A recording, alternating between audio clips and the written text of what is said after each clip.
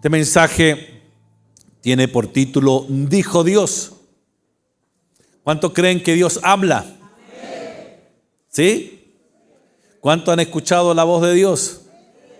A diario la escuchamos o la vemos a través de las Escrituras. Porque Dios nos habla, nos habla de tres maneras. Hay muchas más maneras, pero hablemos de tres maneras. Nos habla a través del Padre, a través de la palabra profética más segura. 66 libros, hermano mío. ¿Cuántos tiene el Antiguo Testamento? ¿Cuántos libros tiene el Antiguo Pacto? Vamos, con confianza, deben saberlo. 39. ¿Cuántos tiene el Nuevo Pacto? 27. ¿Cuántos capítulos tiene la Biblia? Ya. ¿Cuántos versículos tiene la Biblia? Pero mire, 66 libros, muchos de ellos, el Antiguo Pacto se separa, ¿cierto? Como el Pentateuco, que son los primeros libros de Moisés, los históricos, los poéticos, que tienen que ver con Salmos, Job, Proverbios, Cantares, Eclesiastés, los proféticos. Ahí se reúne, ¿cierto? El Antiguo Pacto. El Nuevo Pacto se une con los 4 evangelios, libro de los Hechos, las epístolas, y termina con el libro de Apocalipsis, que es el libro de revelaciones de tiempos finales. Entonces el Padre nos habla a través de la palabra profética más segura. ¿Cuántos dicen amén? Somos privilegiados de poder oír la palabra del Señor, de poder leer la palabra del Señor. Somos privilegiados. Pero también el Espíritu Santo nos habla a través del don de profecía. El Espíritu Santo nos habla a través de dones que están dentro del hombre o de la iglesia para darnos una palabra en profecía, y ese don lo entrega el Espíritu Santo. Ahí viene la palabra don, de la palabra griega charisma.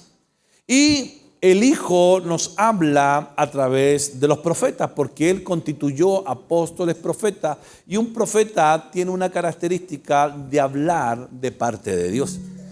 Entonces, ¿por qué le digo esto? Porque estamos delante de un Dios que le gusta hablar, le gusta comunicar su mensaje, le gusta y siempre se las arregla para que nosotros podamos entender lo que Él está hablando a nuestra vida. Y Dios desde el principio, hermano, viene hablando. Es más, toda la creación se hizo porque Dios lo dijo.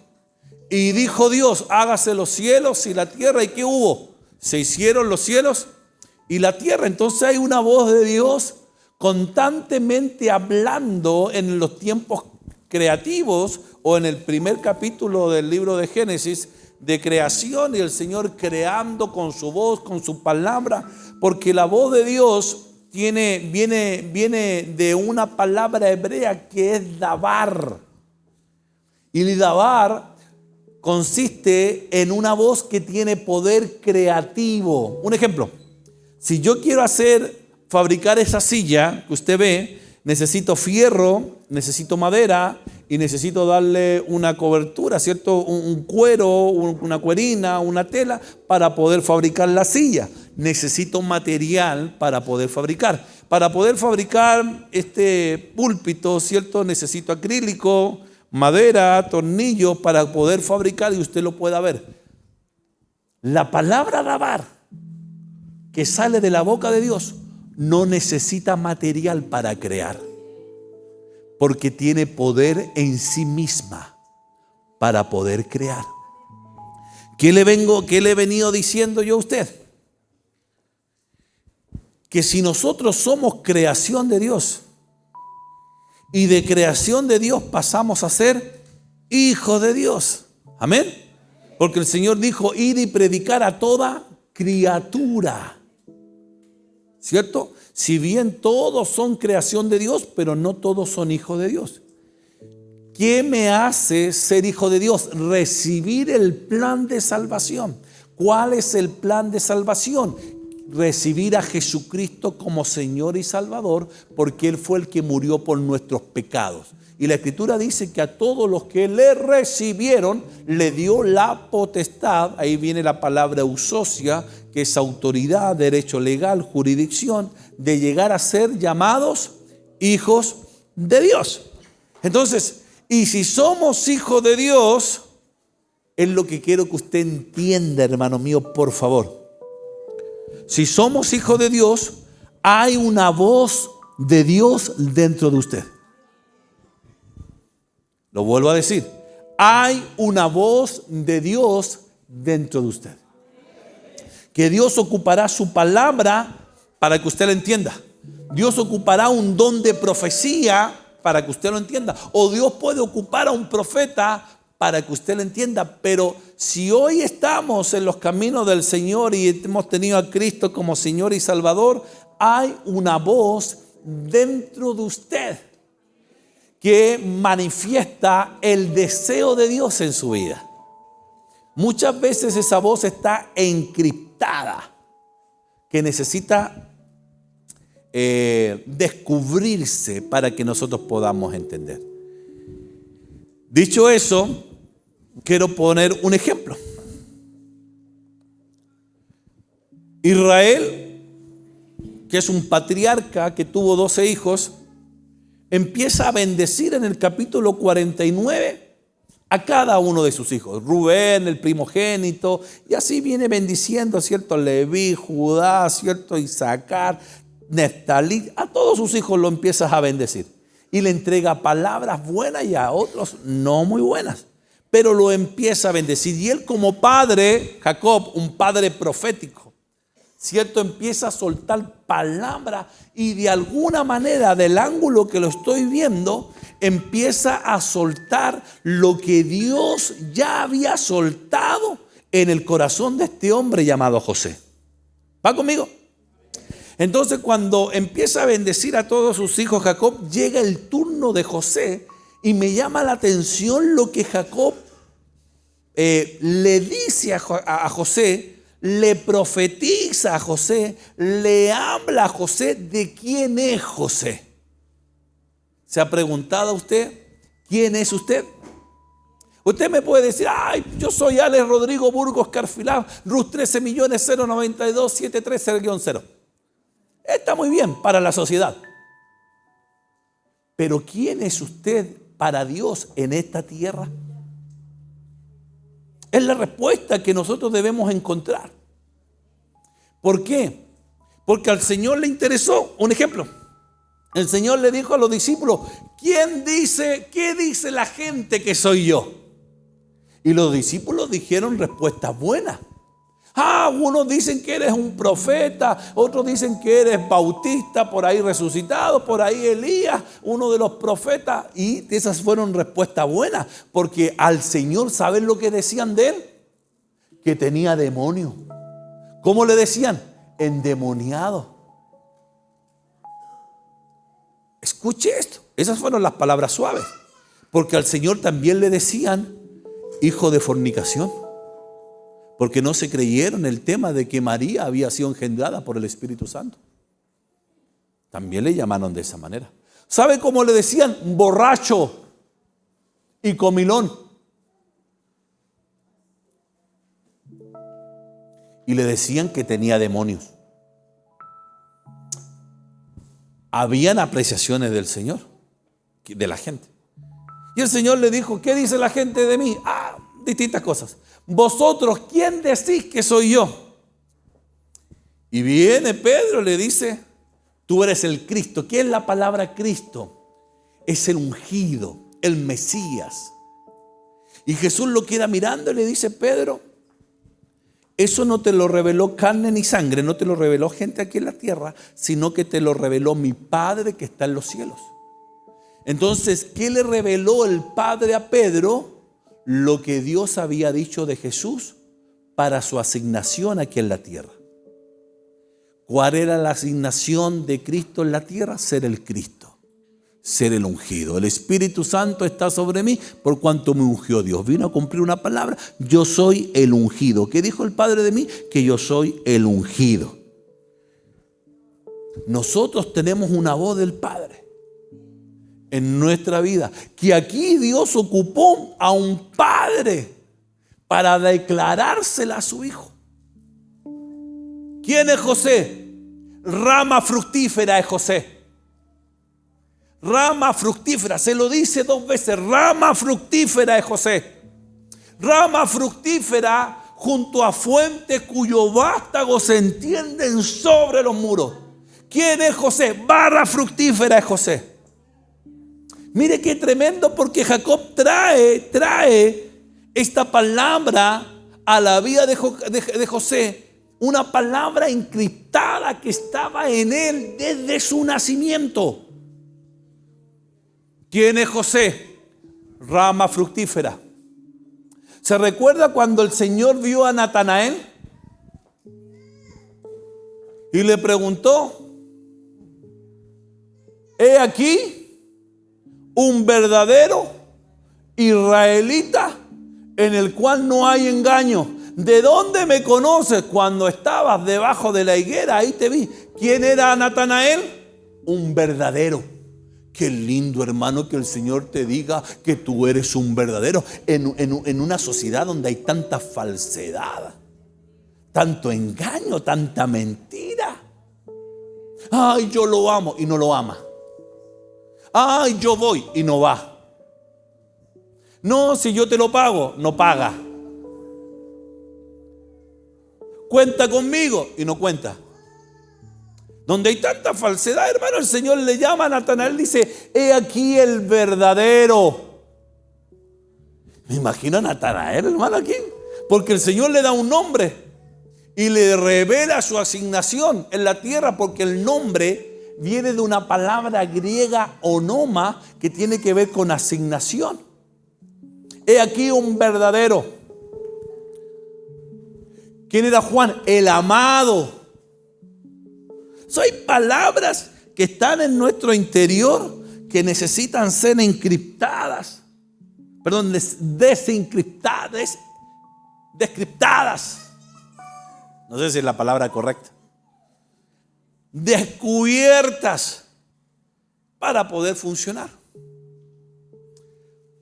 Si Dios tuviera que decir de usted, ¿qué diría de usted? Ay, pastor, el más hermoso de los hijos de los hombres. Bueno, eso le dijeron a Jesús, ¿o no? Él es el más hermoso de los hijos de los hombres.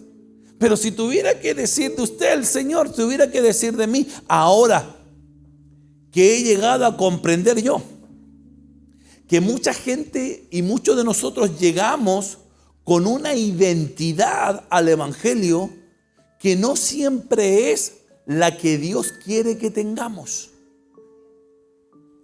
Ah, pastor, enséñeme eso. Perfecto. Mucha gente adquiere una identidad, adquiere una personalidad, adquiere un carácter, adquiere un temperamento que está muy lejos del que Dios quiere que tenga.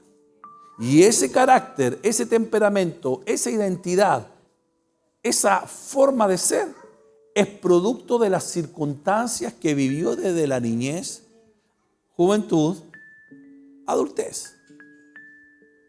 Ay, que yo soy así. No, usted no es así. Las circunstancias lo crearon así. Y tenemos que descubrir qué es lo que dice Dios de mí. Porque puede ser que yo esté actuando equivocadamente o contrariamente a lo que Dios ha dicho de mí. Un ejemplo, ya que tomé a Juan. Jesús dijo de Juan que era el discípulo amado. Entonces, como amado, ¿qué tenía que mostrar Juan? Amor. Pero le tocó aprender, hermano mío, lo que Dios había dicho de él, porque en un momento llegó a una ciudad y el mensaje no quisieron recibirlo en esa ciudad, y viene Juan, el que tenía encriptado el amor. En un momento dice: Señor, roguemos para que descienda fuego del cielo y aniquile a todo esto. Y el Señor le dice: oye, Juan, vosotros no sabéis de qué espíritu sois. Estás actuando de manera distinta a lo que yo he dicho de ti. No sé si me estoy... En un momento determinado tomaba atribuciones violentas, tomaba atribuciones dependiendo de su temperamento. Si el Señor los apodó los hijos del trueno, hermano, porque eran violentos junto con su hermano. En un momento vieron a una persona echando fuera demonios y vinieron donde Jesús y le dijeron: Señor, vimos a uno que echaba fuera demonios y yo se lo impedí. Y el Señor nuevamente lo reconviene, le reta, lo corrige, lo disciplina. Le dice: ¿por qué se los impediste? El que no es contra nosotros, por nosotros es. Otra lección para Juan. Pero extendió el mensaje. Y si usted lee las 3 cartas de Juan, es un hombre totalmente distinto a lo que vemos en los evangelios o en los primeros inicios del evangelio, donde él aparece. En los primeros inicios del evangelio aparece como un hombre rudo, como un hombre violento, como un hombre con deseos de venganza. Y usted ahora lee las cartas de Juan y le dice: hijitos amados, tierno, amoroso, bello, hermano. Y se expresa de una manera cálida, porque entendió la voz que tenía dentro. Gedeón estaba escondiendo el trigo de los madianitas, asustado de peligro de vida, y se le aparece el ángel, y el ángel le revela la voz encriptada y le dice: Gedeón, varón esforzado y valiente. Quizás esforzado, Gedeón dice: sí, aquí me estoy esforzando en guardar el trigo, pero valiente, ese no soy yo, porque estoy escondido. Pero había una voz encriptada que le dijo: varón esforzado y cuando el Señor se le reveló, les desarrolló la voz encriptada. Y Gedeón empezó a funcionar en la tierra conforme a lo que Dios había dicho de él. Es más, le cambiaron el nombre a Gedeón, llamándolo el que derriba los Baales. ¿Y cómo puede cambiar un hombre que está atemorizado, lleno de miedo, lleno de temor, y transformarse en un hombre que derriba dioses, que derriba Baales, que va a enfrentar un ejército, hermano, de miles con 300 hombres? Eso es anormal. Porque el Señor le dijo: voy a probarte si realmente crees lo que yo he dicho de ti. ¿Qué has dicho de mí, Señor? Que tú eres valiente. ¿Y en qué se caracteriza la valentía? En ir a la batalla, hermano mío, no acobardarse. Yo he dicho de ti que tú eres valiente, pero la palabra no va a quedar tan solo en ti. Eso lo vamos a tener que probar, eso lo vamos a tener que manifestar. Vamos a ir a la guerra con un ejército de miles. El Señor le hizo un arnero a Gedeón y a todo su ejército, lo dejó peleando con 300. ¿Quién va a la guerra con 300 a batallar con miles? Solo alguien que entiende lo que Dios ha dicho de él.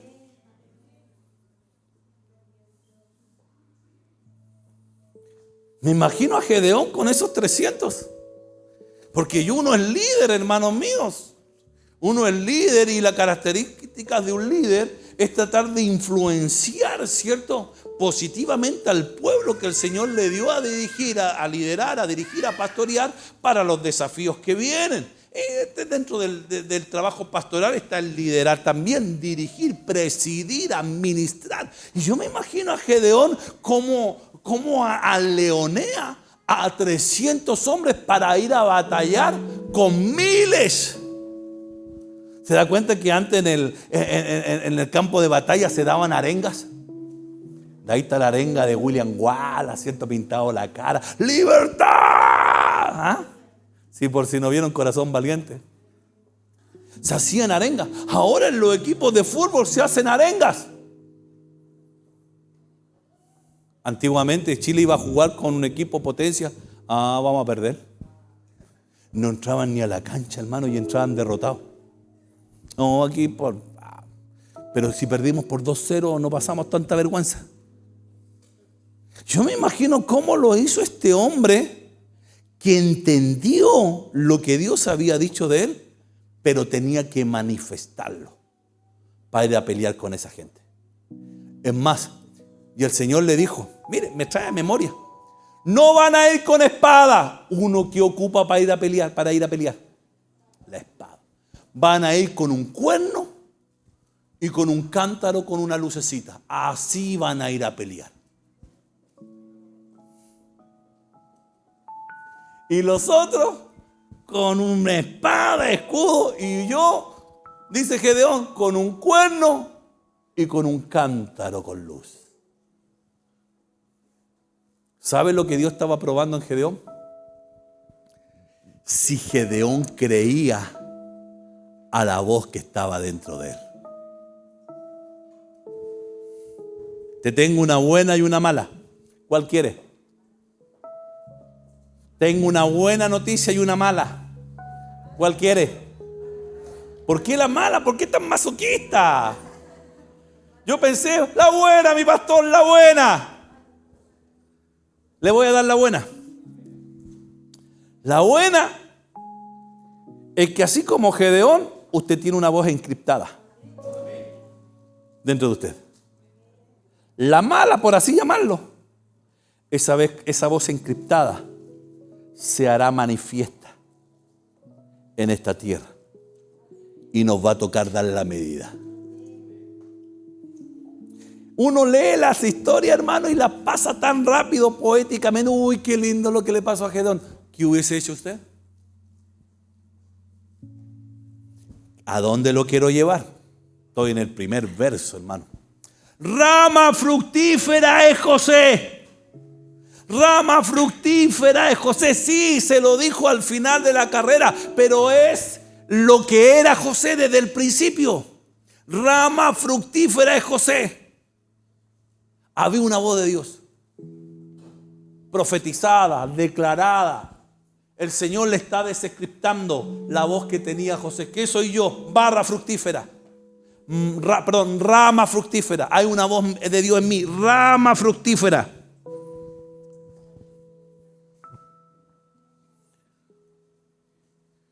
Retrocedamos en el tiempo. Estábamos en el 49. Retrocedimos al capítulo 37. Y amaba Israel a José más que a todos sus hijos. Esto no es una buena enseñanza. No todo lo que está en la Escritura es buena enseñanza. Porque en la Escritura también sale que Satanás habla. Y eso no es buena enseñanza. Hay que saber cómo leer la Escritura. No hay que hacer diferencia entre los hijos. ¿Ya? No hay que hacer diferencia. De ahí se declaran un montón de hipótesis, que se protege al más, que le cuesta, bueno, un montón de cosas.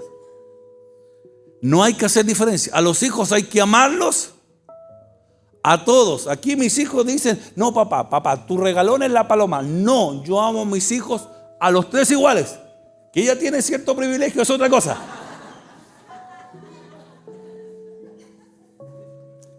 Si es la primogénita, pues hermano. No, yo amo a mis tres hijos iguales. Los corrijo a los tres iguales. Me saqué la correa con los tres iguales. Y les di correazo a los tres iguales. Uy, pastor, ¿usted le pegó a sus hijos? Sí. Sí.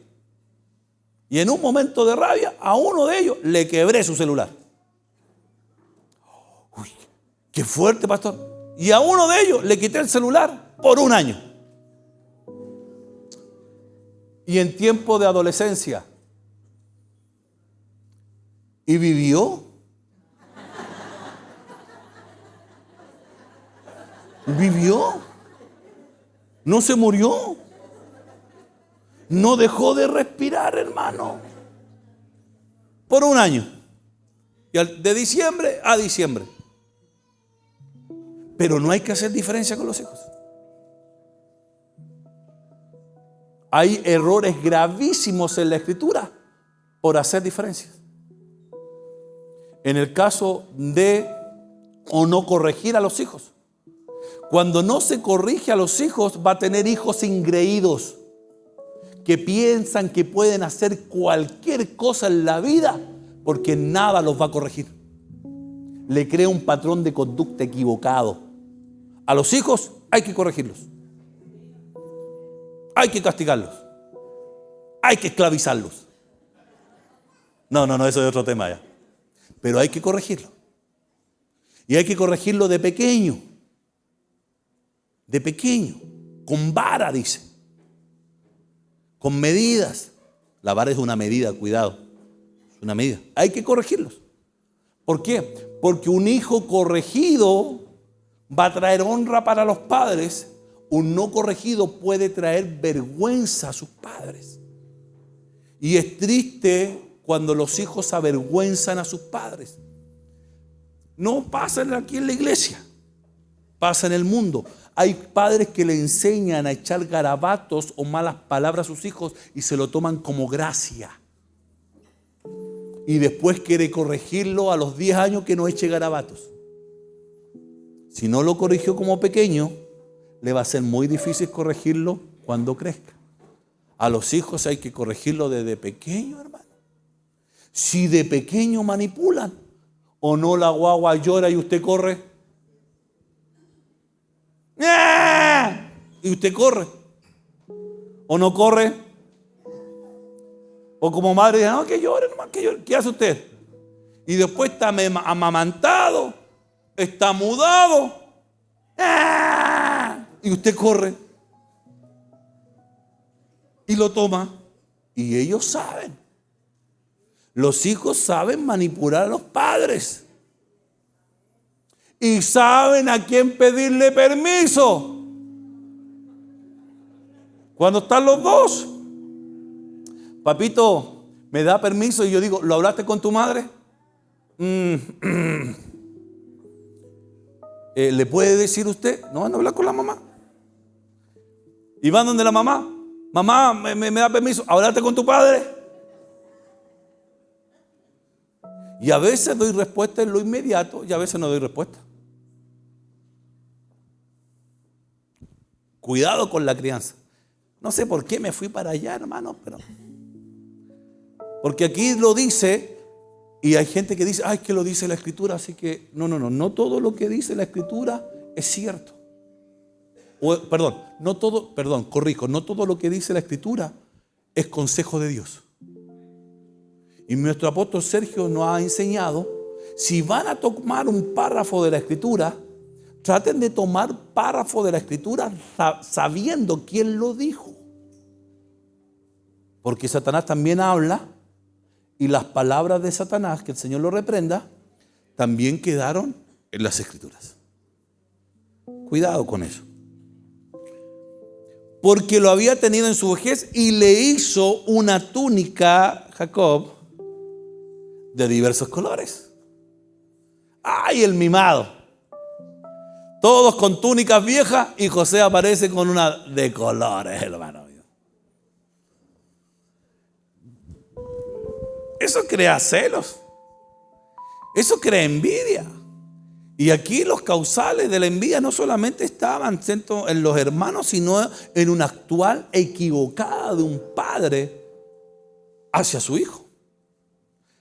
Pero cuando del lado positivo, cuando Jacob le pone la vestidura a José, algo empieza a ocurrir, llamémoslo ya ahora al lado positivo de vestir. Algo empieza a ocurrir en la vida espiritual de José. Dígale al que está al lado suyo, ayúdeme a predicar. Algo va a empezar a ocurrir en tu vida espiritual. Por favor, créalo, porque así va a suceder. Algo va a empezar a ocurrir en nuestra vida espiritual. ¿Por qué? Porque usted tiene padre. No sé cómo me verá, hermano mío. A veces uno dice cosas y no siempre quizás sea así. De repente a uno lo ven a uno como profeta, a uno lo ven como maestro, hay otros que solo lo ven como pastor, pero hay otros que me ven como padre, como un padre del alma. Pero aquí cuando el padre lo empezó a vestir a José, como que le empieza a activar un mundo espiritual que José no entendía ni conocía. ¿Qué pensaba José? Soy el penúltimo de mis hermanos, el para los mandados, haciendo cosas, pero cuando Jacob lo viste, recuerde que José tenía una palabra encriptada. ¿Quién era José? Rama fructífera dentro de sí. Y viendo a sus hermanos que su padre lo amaba, que a todos sus hermanos, más que a todos sus hermanos, le aborrecían y no podían hablarle pacíficamente. Y soñó José. Antes que Jacob lo vistiera, no hay registros de espirituales que José haya tenido. Cuando su padre lo viste, como que las vestiduras activaron lo sobrenatural en la vida de José. Y aunque no comprendía ni entendía, empezó a recibir destellos de lo que Dios había dicho de él. ¿Qué había dicho de Dios de José? Rama fructífera es José. Y empezó a soñar. Y lo contó a sus hermanos y ellos llegaron a aborrecerle aún más. Y le dijo, oír esto porque esto no me había pasado, le dice José. Algo está ocurriendo en mi vida. He aquí que atábamos manojos en medio del campo, y aquí que mi manojo se levantaba y estaba firme, erguido, derecho, y que vuestros manojos, hablando a sus hermanos, estaban alrededor de mi manojo que estaba firme, de pie, y se inclinaban al mío. ¿Qué cree que pensaron los hermanos? ¿Cuántos tienen hermanos menores? Y cuando uno ve a un hermano menor, ¿cómo lo ve? Usted lo ve como, si es mayor, usted lo ve como, yo soy la mayor, yo soy la que la mando, yo soy en un cierto derecho, un cierto autoridad. Dios me permitió ser hermano mayor de mis 4 hermanos. ¿Y cómo era como hermano? ¿Le salía o no le salía? Uno como hermano mayor siente que tiene que corregir, hermano. Si no está el papá y la mamá, estoy yo. La verdad, hermanos mayores, ¿cuántos de ustedes le dieron a su hermano menor sin que se enteraran los papás? La verdad. ¿Lo hicieron? Confesémonos. Pero no le digáis a mi mamá. No le digáis. Te damos fuerte. ¿Cierto que sí? Pero no le digáis a mi mamá. Si le decía a mi mamá, te pego de nuevo. ¿Cuántos estuvieron en esa? ¿Por qué? Porque el hermano mayor ejerce un derecho natural sobre el menor. ¿Usted cree que su hermano menor va a decir, oye hermana, vamos a tener que hacer esto? Ahora cuando crecen y están ya de mayores distintos. Porque en el caso nuestro, mi hija Paz es la más mandona de la casa. Mi hija Paz es la hija mamá, es la hermana mamá, es la que organiza todo. Cuando nosotros salimos, es Paz la que organiza, la que administra. Y debo reconocer, y esto es algo sabido en la familia, en mi familia, que mi hija Paz es la más inteligente. Sin desmerecer a mi hija Paloma, que ya terminó su universidad, ni desmerecer a Alex Junior, que tiene lo suyo. Pero la Paz es la más inteligente.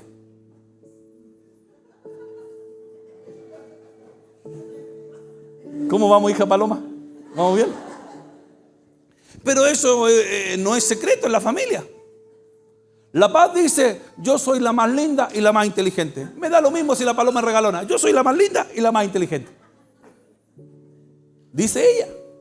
Cuando comprábamos un artefacto, algo, los manuales se los pasábamos a la Paz.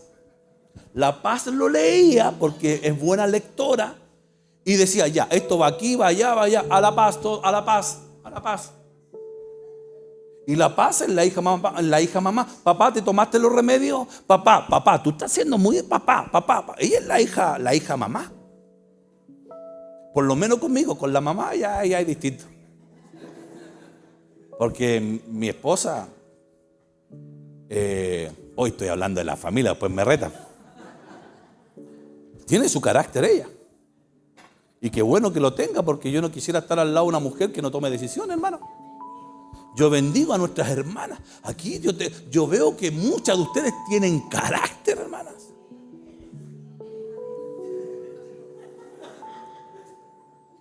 Y eso está muy bien. Pero nunca para usurpar a su marido.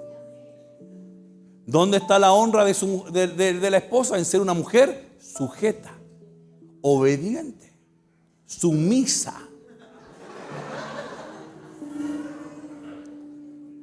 No son hijas de Sara, no somos hijos de Abraham. ¿Y cómo era Sara? Sumisa. ¿Cómo le llamaba Sara a Abraham? Mi Señor. Para que aprendan. Ahora ese señor le tenía camello,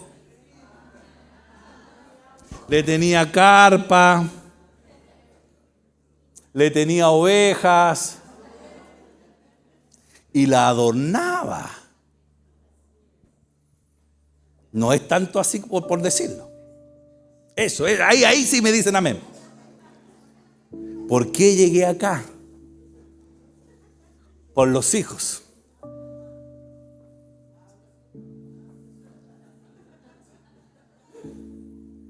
Ahora, si es hijo único,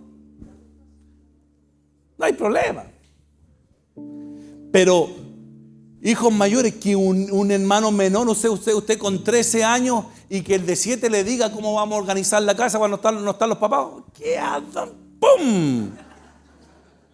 Y que venga José, el penúltimo, a decirle, todos ustedes se van a inclinar a mí.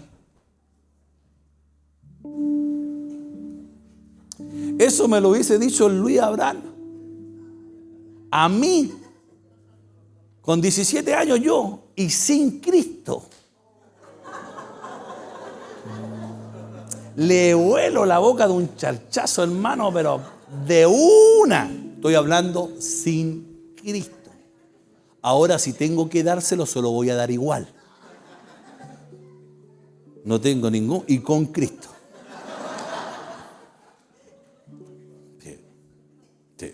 Yo no tengo ningún problema. Ningún problema. Y aquí, hermano, es aquí que atábamos manojos y se inclinaron al mío, hermano. Eso provocó que le aborrecieran aún más, porque le dijeron, hermano, profetizaron de manera equivocada, pero verdaderamente reinarás sobre nosotros o te enseñorearás sobre nosotros. Y fue exactamente lo que ocurrió. Pero estamos en el capítulo 37. ¿Va conmigo? Y le aborrecieron aún más a causa de los sueños. ¿Y qué eran los sueños? Era la evidencia de la voz que estaba encriptada dentro de José. ¿Va conmigo? ¿Qué había dicho Dios de José? Rama fructífera es José. Y empezó a tener sueños que revelaban esa voz. Te enseñorearás de nosotros, reinarás sobre nosotros.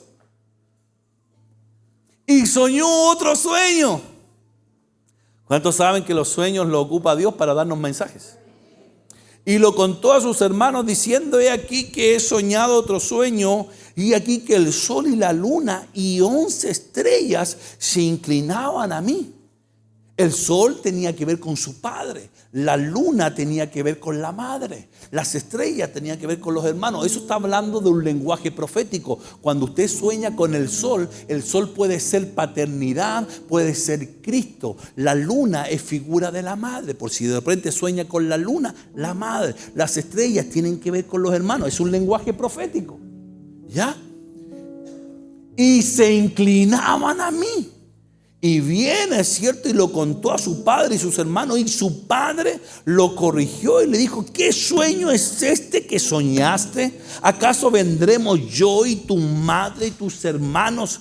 Por eso ahí está la revelación. Jacob lo entendió, porque también el Señor se le reveló en sueño. Recuerde que Jacob, cuando va camino a la casa de Labán, el Señor le mostró un sueño, una escalera, ángeles y todo. Era entendido y le dio la interpretación. ¿Acaso crees que el sol que me representa a mí, la luna que representa a tu madre y las estrellas que representan a tus hermanos, vamos a venir a inclinarnos delante de ti? Lo corrigió, hermano, lo reprendió. Y sus hermanos le tenían envidia, mas su padre meditaba en esto. ¿Quién era? ¿Qué estaba haciendo Dios con los sueños? Haciéndole entender a José que él era rama fructífera. Que era rama fructífera. Que era rama fructífera. Cuando tú entiendes quién eres, eso te ayuda en el caminar. Eso te ayuda en los desafíos. Eso te ayuda en las distintas adversidades que vienen. Entonces ese es el contexto. El Señor, Jacob envía a José a ver y verificar la condición que estaban sus hermanos al pastorear las ovejas en un lugar determinado.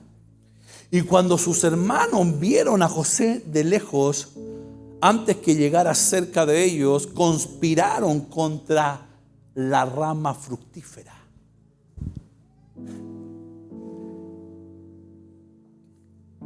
Si Dios dijo que tú eres bendito, porque así lo dijo Dios. Dijo el Señor: yo he bendecido a mis hijos con toda bendición celestial en lugares celestiales. ¿Cuántos reciben esa palabra?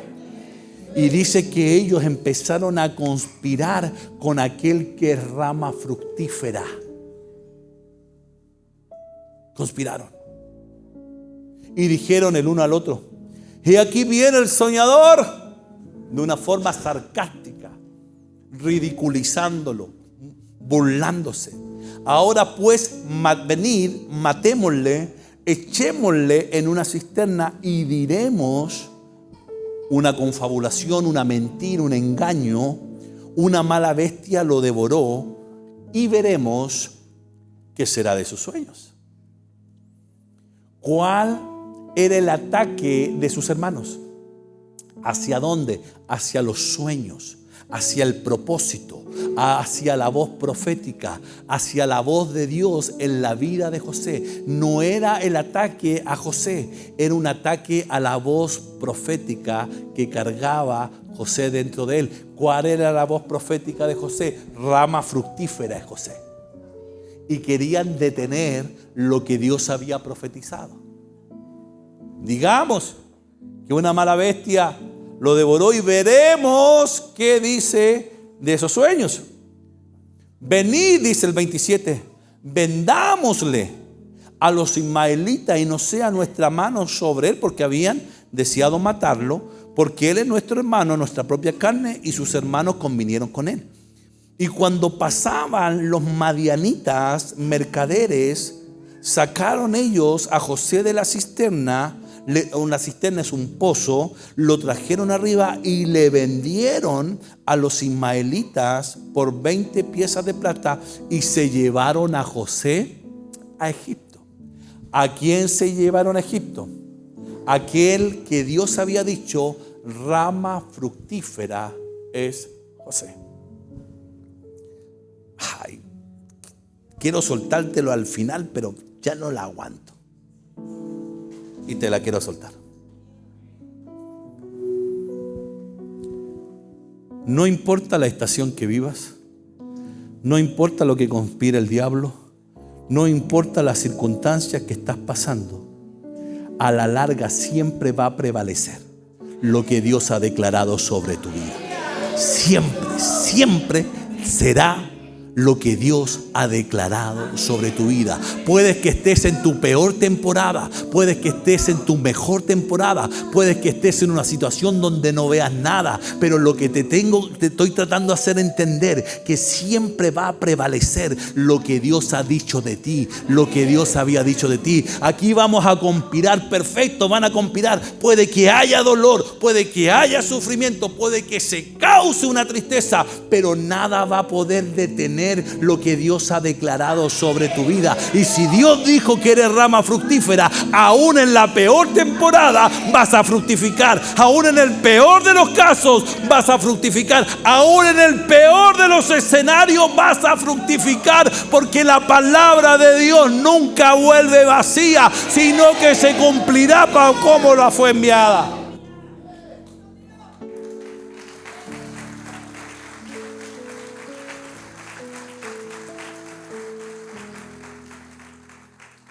Puede que el escenario sea distinto. Vendido, llevado, esclavizado a Egipto. Puede que le hayan causado dolor, tristeza, un quiebre familiar fuerte. Tenía 17 añitos. Lo estaban separando de su padre, de su familia, de su casa. Iba encadenado. Pero cargaba una palabra. Y la palabra decía que él es rama fructífera. Yo soy rama fructífera. Yo soy rama fructífera. Da lo mismo el escenario, da lo mismo el contexto, da lo mismo donde te estés situando, porque puede ser que te estén preparando, ese escenario contrario te esté preparando para demostrar la palabra. Puede ser que esa adversidad te esté preparando o te esté dando la oportunidad para demostrar la palabra, para dar a conocer lo que Dios ha dicho de ti. Y lo llevaron a José a Egipto. Y enviaron la túnica de colores y le trajeron a su padre. Y dijeron: esto hemos hallado, reconoce ahora. Mire qué engaño. Reconoce ahora si ellos sabían. Reconoce ahora si es la túnica de tu hijo o no. Y él la reconoció. Y dijo: la túnica de mi hijo es. Alguna mala bestia lo devoró y José ha sido despedazado. Sí, en el alma. José había sido despedazado, sí, en el alma, en sus pensamientos, en sus sentimientos, en sus emociones le causaron gran dolor. Porque paralelamente a la palabra de rama fructífera, Jacob dice: los arqueros lo atacaron con furor y lo asaetearon y lo hostigaron. Eso es lo que ocurrió cuando lo vendieron, cuando conspiraron con él. Pero él es rama fructífera. Da lo mismo lo que planifiquen las tinieblas. Hay gente que me dice: ay, pastor, soñé con usted que un brujo lo atacaba. Me da lo mismo lo que planifiquen las tinieblas. Ay, pastor, yo soñé. Me da lo mismo, no me interesa. No me interesa, porque desde que el Señor me llamó, me reveló que iba a haber guerra, que iba a haber lucha, que iba a haber batalla, que iba a haber momentos buenos, iba a haber momentos malos. Es más, el Señor me dijo: si no estás dispuesto a que te critiquen, no estás dispuesto para que te blasfemen, no estás dispuesto para que digan injuria en contra de ti, mejor nos dedicamos a otra cosa, me dijo. Tengo problema. Tengo problema. Porque los arqueros siempre aparecen. Dice que lo atacaron con furor. ¿Quién eran los arqueros? Lo atacaron con furor, lo saetearon, lo hostigaron. Esta versión dice que los arqueros le causaron amargura. O sea, alguien que tiene una palabra de ser rama fructífera puede caer en estado de amargura. Puede caer en el estado de tristeza, porque el ataque viene. Pero esta es una oportunidad, iglesia. Ay, Señor, que se revele. Es una oportunidad para demostrar la palabra que llevas dentro. Es una oportunidad para demostrar la palabra, la voz que llevas dentro. Dice que los arqueros lo atacaron sin piedad. ¿A quién? Al que es rama fructífera. ¿Cómo se puede creer que voy a ser prosperado en estado de pobreza? ¿Cómo voy a creer que voy a ser, que puede ser salud, puede haber salud en estado de enfermedad? ¿Cómo puede creer que en un proceso en una palabra de unidad esté pasando dificultades familiares? Escucha, iglesia. Las circunstancias no determinan tu vida. Lo que determina tu vida es lo que Dios ha dicho de ti. Por eso esa palabra tiene que ser descriptada. Esa palabra tiene que mostrarse, esa palabra. Y yo ruego que en estos días o en esta semana o meses que el Señor me va a tener predicando esta palabra, venga una revelación, venga un entendimiento de lo que Dios ha dicho de mí. Aquí le causaron amargura sin piedad. Lo odiaban los arqueros. ¿Por qué? Porque carga una palabra. Le hostigaron lanzándole dardo. Curiosamente, la palabra arquero que habla el libro de Génesis es la misma palabra que se traduce como un dios, como un Baal. ¿Qué ataque estaba recibiendo José? El ataque de un Baal, el ataque de un dios que quería frenar o hacerle entender a José lo que él no era. ¿Va conmigo? Este arquero se traduce del original hebreo Baal, que tiene que ver con adversario, con alguien que quiera adueñarse. El Señor, qué lindo el Señor que dijo que en el mundo tendremos aflicciones, hermano. El Señor dijo que son muchas las aflicciones del justo, pero de cada una de ellas le librará Jehová. Qué tremendo era José, hermano. Qué tremendo era José, que el enemigo le asignó un Baal para dañarle la identidad. Pero ¿qué había dicho Dios de él? Rama fructífera de José.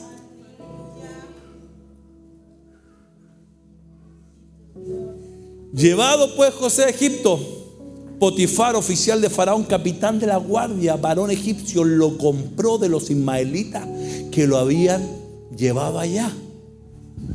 Aún en la circunstancia difícil, que no era el sueño de Dios con él, pero era el proceso que lo iba a preparar para ver el sueño que Dios tenía con él. ¿Va conmigo? Aquí la circunstancia difícil era una preparación para llevarlo al sueño que Dios tenía con él. Pero ¿qué necesitaba entender José? Que él es rama fructífera. Me imagino él en casa de este Potifar ahí en Egipto diciendo: ¿y dónde está la palabra? Pero aún en casa de Potifar, Jehová estaba con él. Y fue varón próspero. ¿Por qué varón? ¿Por qué José fue varón próspero? ¿Qué había dicho Dios de él? Rama fructífera es José. No importa las circunstancias, no importa el lugar, siempre prevalecerá lo que Dios ha dicho de ti. No importa la condición, no importa el lugar, Dios va a prevalecer lo que Dios ha dicho de ti. Y vio su amo que Jehová estaba con él y que todo lo que él hacía, Jehová lo hacía prosperar. ¿Por qué prosperaba todo lo que tocaba José con su mano? Porque Dios había dicho: rama fructífera es José. Allí hacía yo José gracia en sus ojos y le servía. Él le hizo mayordomo de su casa, porque aunque estaba esclavizado en tierra apartada, en tierra lejana, se seguía cumpliendo lo que Dios había profetizado. ¿Qué había profetizado Dios? Rama fructífera es José. Y halló José gracia ante los ojos de este hombre y le servía y le hizo su mayordomo. Y aconteció que desde cuando le dio el cargo de su casa a José y de todo lo que tenía, Jehová bendijo la casa del egipcio a causa de José. ¡Qué tremendo! Porque uno puede decir: estoy en prueba, Dios se olvidó de mí. ¿Cuántos han pensado así? Estoy en esta dificultad con un mal diagnóstico. Parece que Dios se olvidó de mí. No, si Dios nunca se olvida. Porque aún en esas circunstancias el Señor lo siguió prosperando. Y por causa de este José, por causa de ti, por causa de mí, la gente tiene que ser bendecida alrededor nuestro. Dios empezó a bendecir la vida de este Potifar porque había un hombre bendito que cargaba una palabra de Dios dentro de sí.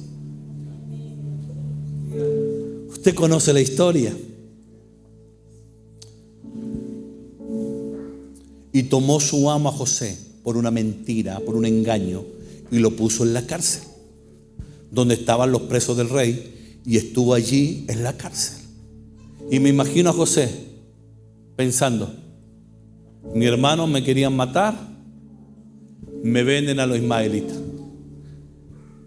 Llego donde Potifar y cuando estoy empezando a profetizar, a prosperar, viene el engaño, viene la traición. Y ahora me encuentro en la cárcel.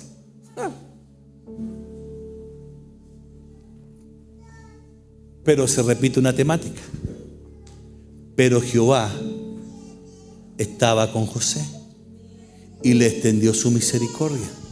Y así como le dio gracia ante los ojos de Potifar, le dio gracia ante los ojos del jefe de la cárcel. ¿Y qué ocurrió? Y el jefe de la cárcel le entregó, al igual que Potifar, entregó en manos de José el cuidado de todos los presos que había en aquella prisión. Todo lo que se hacía allí, José lo hacía. Y no necesitaba atender el jefe de la cárcel cosa alguna de las que estaban al cuidado de José, porque Jehová estaba con José, y lo que hacía, se repite la palabra, Jehová lo prosperaba.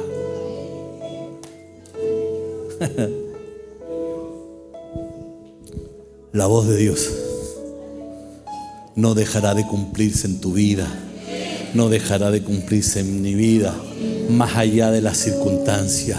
Que las circunstancias no determinen tu vida, que lo que determine tu vida es lo que Dios ha dicho de ti. Por eso ruego a Dios para que venga un tiempo de entendimiento, venga un tiempo de revelación, que el Señor ocupe sus medios, los sueños, las visiones, la palabra, para hacerte entender quién eres tú, quién soy yo.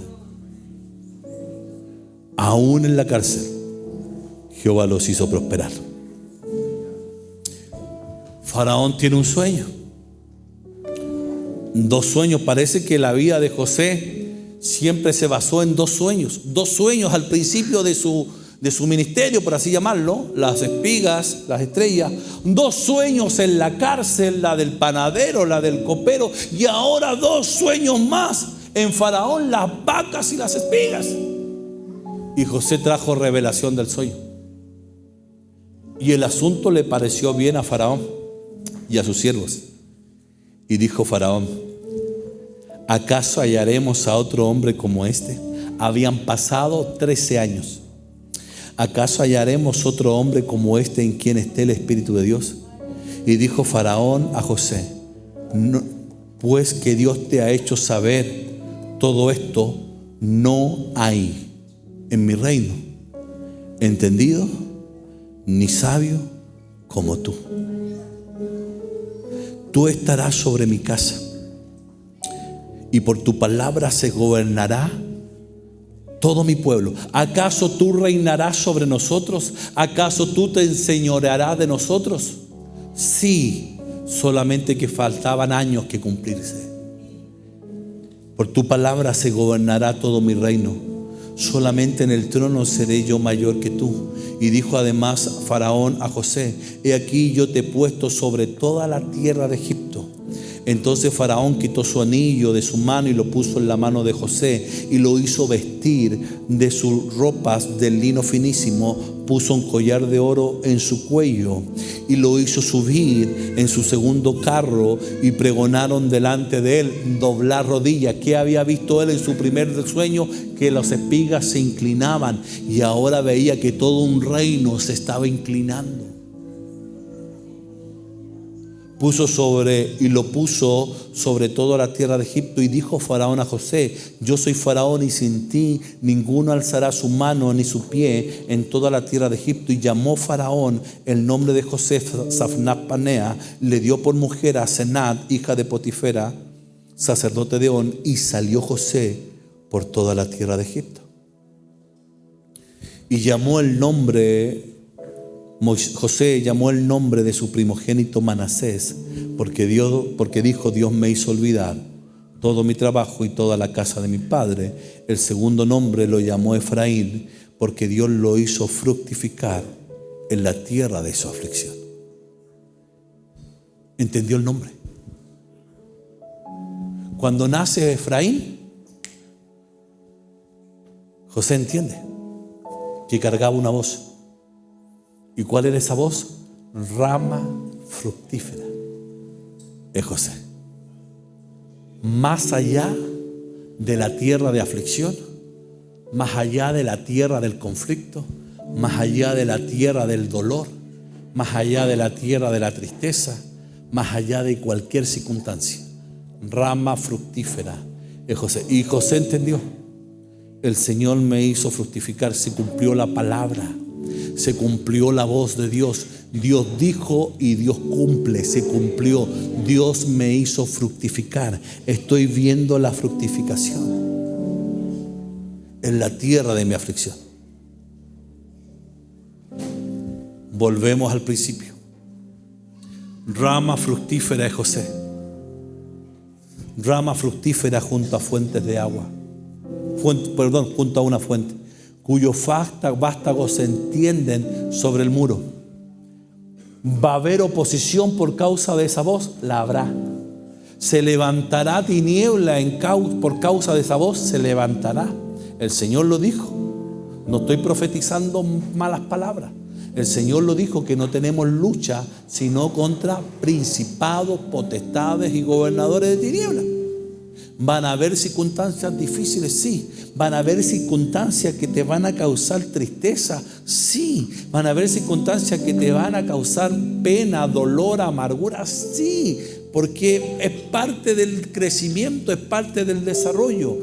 Verso 24: mas su arco se mantuvo poderoso, y los brazos de sus manos se fortalecieron por las manos del fuerte de Jacob.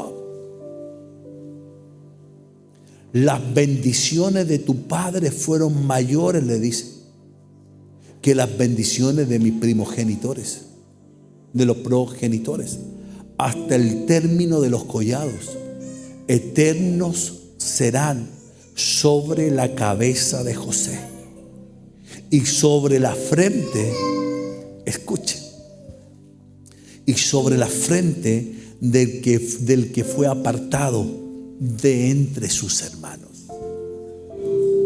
¿Qué te quiero decir con todo esto? Que de un principio el Padre profetizó: rama fructífera es José. Rama fructífera. ¿Vendrán los arqueros? Sí. ¿Vendrá amargura? Sí. ¿Vendrán problemas? Sí. ¿Vendrán dificultades, batallas, luchas? Sí. Pero ¿qué tienes que entender tú, José? Que eres rama fructífera. Y cuando pase todo este proceso, te darás cuenta de quién eres, te darás cuenta de lo que yo he profetizado, te darás cuenta de lo que yo te he hablado, porque lo que tiene que prevalecer en ti, José, es lo que yo he dicho de ti. Rama fructífera es José.